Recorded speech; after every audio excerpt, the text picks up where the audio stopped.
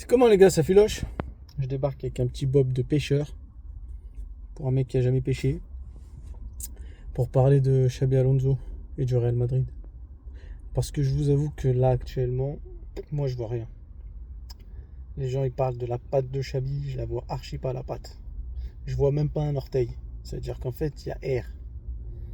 Je sais pas ce qu'ils veulent nous faire avaler, mais surtout qu'en plus on affronte des équipes éclatées, faut dire la vérité. De toute façon, quand tu affrontes une équipe qui a envie forcément de jouer par une équipe italienne de l'époque, mais tu vois des équipes avec des joueurs peu talentueux qui jouent en bloc bas, c'est que souvent ils ont peur de toi. Donc jouer comme ça, je sais pas si on peut évaluer quoi que ce soit là-dessus. Le truc c'est que en fait je vois rien. C'est-à-dire t'as Arda Güler qui est là et on joue des équipes faibles. Dans le système, Xavi Alonso va en faire son entre guillemets meneur de jeu, mais on voit rien. Et en plus on joue des équipes éclatées et on voit rien, donc ça pose problème. Si encore il y avait du niveau en bas, s'il y avait du niveau en face de nous, en vrai, et que lui, il soit à ce niveau-là, on se dirait, il lui faut du temps. Il s'adapte pour qu'il devienne meilleur, etc. Sauf que là, le problème, c'est que les adversaires sont nuls. Et c'est pas pour autant qu'on le voit prendre le jeu à. C'est pas lui, en fait, qui nous met du rythme. C'est-à-dire qu'en fait, il est là, on veut qu'il soit numéro 10, Xavi veut qu'il soit un numéro 10, on va dire 18, ça veut dire milieu, mais qui crée le jeu. Mais il fait rien. Alors ok, il fait une passe à Mbappé, mais c'était une passe facile à trouver, entre guillemets. Dans le sens où il n'y a personne au milieu de terrain. Et c'est pas comme s'il a cherché un espace particulier pour donner le ballon. C'était pas, disons que c'était pas une passe difficile, quoi. Et je sais pas. Donc du coup, pour le moment, système Xabi, mais Arda Güler, je le trouve moyen. Valverde, j'ai l'impression qu'on le perd. Ça veut dire, je sais pas si c'est pas encore adapté à ce que lui demande l'entraîneur ou si c'est juste lui qui régresse. Mais à la base, Valverde, c'est quelqu'un, même l'année dernière, dans une saison, le Real a été mauvais. C'était quelqu'un qu'on voyait beaucoup. Dans l'effort, dans sa productivité, il était là, tu vois. Là, on le voit pas. Heusen, on nous en parle comme si c'était je sais pas qui, mais au final, même si je vois qu'il est bon et qu'il pose le jeu, il perd beaucoup de ballons dans le dernier match, surtout en deuxième mi-temps. Rudiger, je sais même pas ce qu'il fait là, parce que Militao a fait un bon match, mais bon, apparemment, il faut tester tous les joueurs. Carvaral, je comprends, parce que Trent nous a rien montré. Et du coup, bon, bref, il veut changer avec Mastantuono au lieu de Brahim, etc. Il a mis Rodrigo à la place de Vini, etc. Mais j'ai pas vu plus de connexion que ça. J'ai l'impression que les gens mentent. Les gens, ils sont là, ils s'inventent des vies sur des 45 minutes. Ouais, il y a plus de connexion entre Rodrigo Carreras, Mbappé, etc. Ou ils disent Mastantuono, il l'apporte. Mais c'est faux, on voit rien.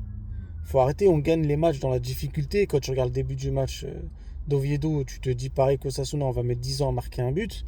C'est juste que bon, après, voilà, il s'est passé ce qui s'est passé. Mais en vrai de vrai, on joue pas. Et quand je vois des gens parler du Classico, ça me fait rire. On n'a pas le niveau. Là, le Barça va nous taper tous les jours. Faut arrêter. On est encore en construction. On se cherche encore. Et il n'y a rien. Franchement, il n'y a rien. Là, on entend que Rodrigo veut peut-être rester pour jouer sa place avec Vini, mais ça va chambouler l'équipe. Ça va juste nous mettre encore plus des pépins. Parce qu'en fait, le mec, il veut créer quelque chose. Mais déjà, pour créer quelque chose, constituer une équipe qui va jouer à ta façon, etc., etc., faut déjà trouver tes 11 titulaires. On est déjà à 2 matchs, il y a 4 joueurs qui changent dans les 2 matchs. On va voir dans le troisième match qu'est-ce que tu vas faire. Donc, ouais, donc pour le moment, moi, je vois vraiment rien, en fait. J'aurais aimé trouver des trucs à dire, mais je vois rien, en fait. Parce que même si, on va dire quoi, on va dire on a la possession de balle, mais on joue deux équipes éclatées.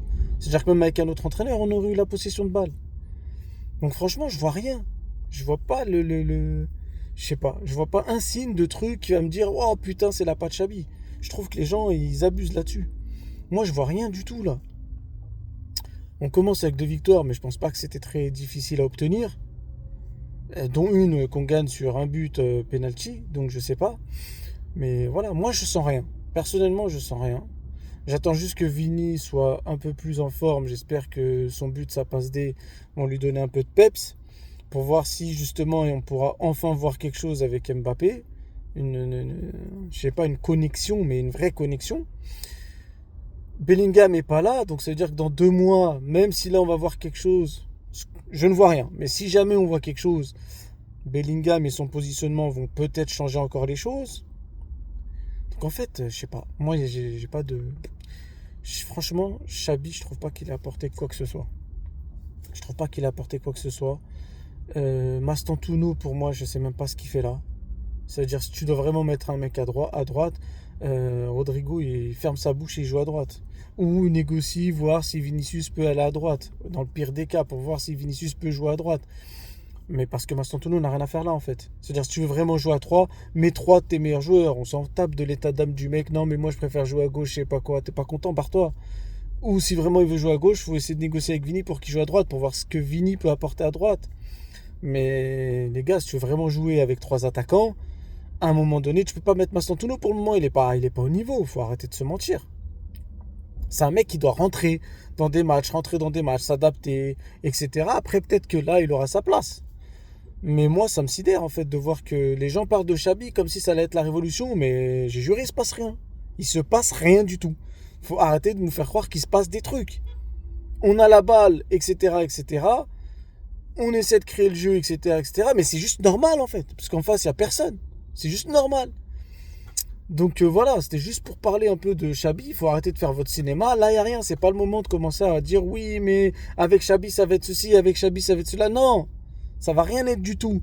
Là, on est dans des phases tests et il se passe rien. Franchement, il se passe rien. C'est pas parce que on va dire que Carreras fait des bons matchs ou parce que ceci, cela que ça a à voir avec Xabi en fait. Pour le moment, je vois pas ce qu'il y a à voir avec Xabi Alonso, donc faut arrêter de parler de Xabi Alonso. Quand il y aura un vrai truc, un vrai système, une façon de jouer, etc.